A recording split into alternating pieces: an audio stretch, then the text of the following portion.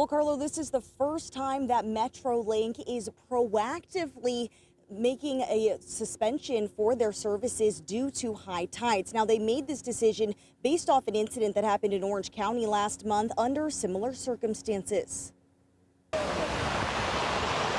This video shows waves crashing along the tracks in San Clemente late last month. Metrolink says high tides eroded gravel beneath the tracks and interfered with railroad communication systems, leading to significant delays, cancellations, and emergency overnight repairs. Brett Hawkins with Metrolink says in response, it will suspend Orange County line service between Oceanside and Laguna Niguel and Mission Viejo Monday through Friday next week. By temporarily adjusting service through the area, we can minimize cascading delays, train cancellations, and rider uncertainty. No bus service will be provided, but the Amtrak Surfliner will continue running. Lance frequently takes Metrolink to visit family in LA and says it's the most affordable option, meaning regular commuters could face higher costs next week. I mean, you drive, which I don't want to do that because the 5 is a nightmare. You could do the Surfliner, which is double.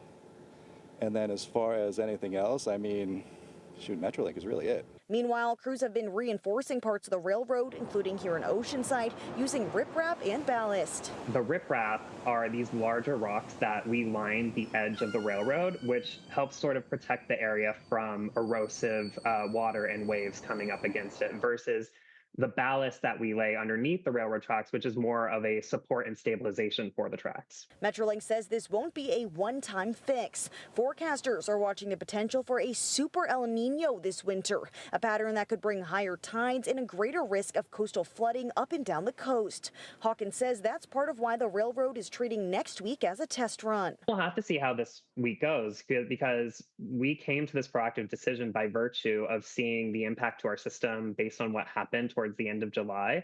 Now we're going to see what impacts happen during this week of high tides and then sort of compare and contrast the two strategies.